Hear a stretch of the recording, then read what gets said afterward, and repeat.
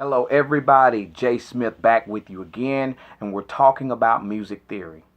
People often ask the question, Jason, what is music theory? I respond with an answer that's really quite simple. It explains why and how music works. You know when you hear a really nice chord progression in gospel, or a great bass run in an R&B song where the bass notes are different from the chords, and they also seem to be moving in a different direction. Well, theory explains why that works and why it sounds so great. Theory explains why the chords in a 2-5-1 progression work so well together. It explains why diminished chords work great as passing chords in gospel and other styles of music. Well, I want you to think about it this way. Martin Luther King's I Have a Dream speech is a great work of literature. You know, it contains some pretty phenomenal metaphors, great vocabulary, and it's just a great speech that was written by a very intelligent man. Now, I can hand this same speech to a 15-year-old high school student. Now, the high school student can recite the speech and instantly transfer all of the knowledge and the impact of that speech to the listeners. The student didn't have to have the courses, didn't have to have a life experience, didn't have to have the knowledge to put that speech together. But once he read it to the audience, its full impact was transferred to the listener. That's what we do as musicians when we play other people's music. And we all act prideful and arrogant and can't get along, and we're all competing to see who's the best replicator. We're only replicating what someone else wrote when we play other people's music. Now, there's nothing wrong with that, but we're teaching many generations and younger musicians how to be great replicators. No one wants to learn theory. That's why out of 10 musicians, only 2 of them may be good writers and arrangers. Everybody can play music, but people can't put it together. I know many musicians who can play well, but if you ask them to write music, or arrange something, that's where the ball is dropped. If you challenge most by-ear musicians to write 10 songs, 4 or 5 of those songs are going to end up sounding alike in some part of it, whether the bridge or the chorus, because they're picking elements only from what they've heard. And you know, over the years, I personally found out that when I want to get outside of myself in writing, I use theory. A few years ago, I had to write an R&B song for an artist. And when it got time for the bridge, I said, you know what? I'm tired of the same stuff. I want a distinctive bridge that sounds totally outside of the norm of me. So instead of trying to hear something in my head, you know, that's based off of past music and all the choruses and vamps and stuff I've heard in R&B and gospel songs, you know, I went and I used the formula. I did something this simple. I went to the 4, I made it minor. Moved another minor third, made it minor. I'm on the sharp 5 of the key. I moved another minor third, made that chord minor. I'm on the major 7 of the key. I moved a minor third one more time, and you guessed it, I ended back up on the 2 chord. And then I went to a 5 and back to the 1. Well, it made a pretty interesting bridge that I'm proud of to this day.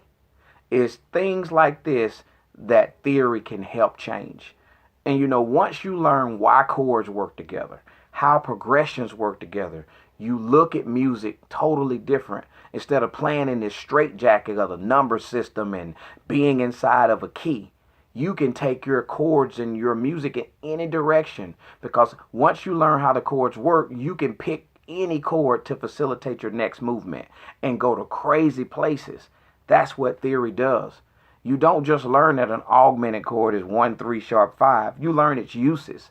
You learn that it can be used with the whole tone scale, and also a sharp 11 and a dominant 7's in the chord. It makes you a better runner and an improviser.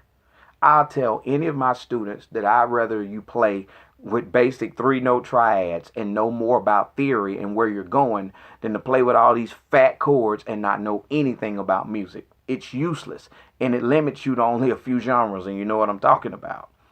You're talking to somebody that grew up in the church. So I know the struggle. And church is a great environment to develop your timing and your ear. But it hurts you, and it's one of the worst environments when it comes to theory. You've got to be well-rounded in everything dealing with music. You know, church, again, is great for rhythm. It's great for your ear. But classical and jazz is going to make you well-rounded in theory. So I say this to many gospel musicians because I know the process. You know, in the church, you grow or evolve not by what you learn in theory, but you evolve by what kind of songs you play. You get a young guy, you put him on the organ, and his first indoctrination is simple songs like Thank You, Lord, and congregational songs. Have you tried Jesus? And slowly he advances over time by learning to play complicated songs, and songs get more and more complicated. That's how you evolve in the church. But when you neglect to learn theory, you waste brain space by learning a bunch of progressions and movements, and you don't understand that the same progression in the Ty Tribbett song is the same progression in a George Benson song.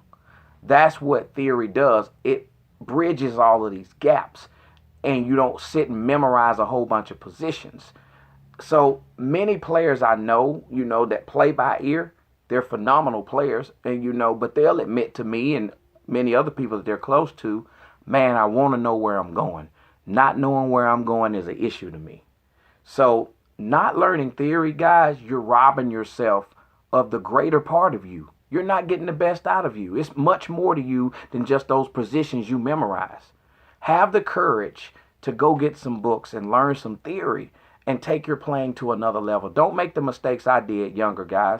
I was 18 when I joined the military's music program, and by the grace of God, they took me. They said, everything you play sounds like church music, but we're going to work with you.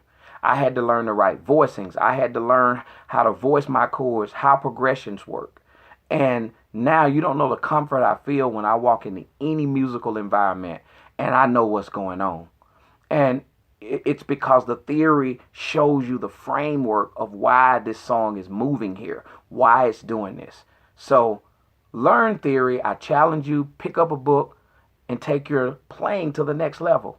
Learn theory.